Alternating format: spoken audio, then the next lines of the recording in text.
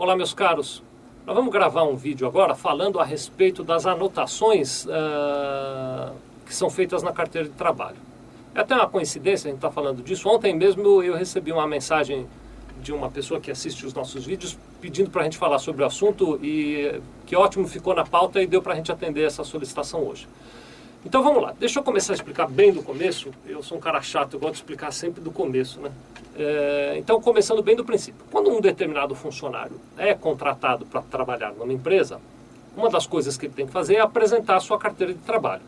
Ali na carteira de trabalho, no momento da contratação, que tem que ser feita no dia em que ele começou a trabalhar, no momento da contratação são feitas anotações, como por exemplo, em que empresa ele vai trabalhar, qual é o local, o endereço mesmo onde ele vai trabalhar, que salário ele vai ganhar, que cargo ele vai exercer, se há ou não um contrato de experiência que foi assinado entre as partes e anotações dessa natureza. Bom, depois de feita a anotação no momento do registro, a empresa devolve a carteira de trabalho para aquele trabalhador. Inclusive a lei prevê que ela tem 48 horas para fazer as anotações e devolver a carteira para aquele profissional.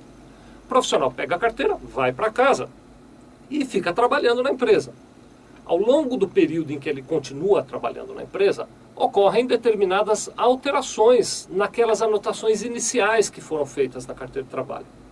Então, por exemplo, ele pode mudar de cargo, a empresa pode mudar de endereço, ele pode ter um salário maior, ele tira férias, quando tira férias tem que anotar na carteira de trabalho, ele paga uma contribuição sindical, todo trabalhador paga, também tem que ser anotado na carteira de trabalho. Enfim, tem uma série de coisas que acontecem durante a vigência do contrato de trabalho que afetam aquela anotação inicial que foi feita no momento da contratação. Se você pegar uma carteira de trabalho para olhar, pega a tua e dá uma olhada, você vai ver que existe, já está previsto na carteira de trabalho, existe espaço para que se anotem estas atualizações daquele contrato inicialmente firmado entre o trabalhador e a empresa. Bom, muito bem. Então, eu já fiz uma explanação geral sobre que tipo de anotação pode ser feita na carteira de trabalho. Quero só falar uma coisa, uma anotação que não pode ser feita, né? A legislação impede que a empresa faça qualquer tipo de anotação negativa na carteira de trabalho. Então, se você deu uma advertência, se você deu uma suspensão, se o trabalhador foi mandado por justa causa, se o trabalhador cometeu qualquer falta grave, não importa o que tenha acontecido, você não pode anotar estas coisas na carteira de trabalho de nenhum profissional. Mesmo que seja verdade, viu? Não pode anotar. Na carteira de trabalho só vão os atos relativos ao contrato especificamente, tá bom? Então seja cuidadoso com relação a isso. Bom, a pergunta que eu recebi outro dia desses e que agora a gente está tendo a oportunidade de responder nesse vídeo, dava conta do seguinte: escuta, qual é o prazo que a empresa deve obedecer para fazer essas atualizações?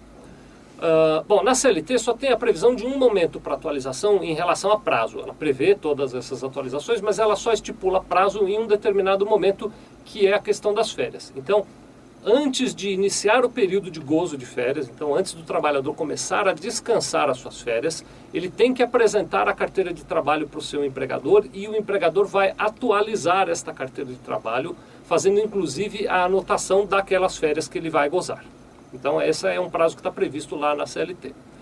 Nos demais casos não há uma previsão legal, mas, embora não haja uma previsão legal, a carteira de trabalho deve sim ser atualizada periodicamente. Eu vou falar aqui sobre 4 momentos em que essa atualização é importante. Primeiro, na database de cada categoria. Então, uma vez por ano, todas as empresas se relacionam com os sindicatos de classe dos trabalhadores e naquelas datas bases há um novo dissídio, um novo acordo coletivo de trabalho. Normalmente isso envolve uma alteração salarial. Ocorrendo esta alteração salarial, a empresa deve solicitar a todos os seus trabalhadores a carteira de trabalho para que faça a anotação. Se você é cliente de um contador, você então solicita a carteira de trabalho dos seus trabalhadores, manda lá para o contador faz essa atualização para você. Então esse é um momento importante. No momento em que se faz essa atualização relativa ao dissídio, se aproveita para anotar todo o restante. Então, anota-se alteração de cargos, anota-se alteração de endereço da empresa, anota-se contribuição sindical e todo o restante. Um segundo momento em que pode ocorrer a atualização da carteira de trabalho é quando o trabalhador solicita. Então, o trabalhador tem o direito de solicitar para a empresa na qual ele trabalha, a qualquer momento, que ela atualize a sua carteira de trabalho. E a empresa tem que fazer essa atualização. Então, este é o segundo momento. O terceiro momento onde ocorre a necessidade da atualização é na rescisão do contrato de trabalho. Então, quando o trabalhador é demitido, antes de se desligar da empresa, ele tem que apresentar a sua carteira e a empresa é obrigada a colocar na carteira toda a movimentação do período em que ele esteve trabalhando lá. E, por fim, uma quarta hipótese que pode recomendar e exigir a atualização da carteira de trabalho é quando aquele trabalhador precisa apresentar a carteira de trabalho para o INSS por qualquer razão. Então, antes de se dirigir ao INSS, o trabalhador solicita, a empresa atualiza e aí ele leva a carteira de trabalho para lá. Tá bom? Então, são essas as hipóteses de alteração e de anotação dessas atualizações na carteira de trabalho. Muito obrigado.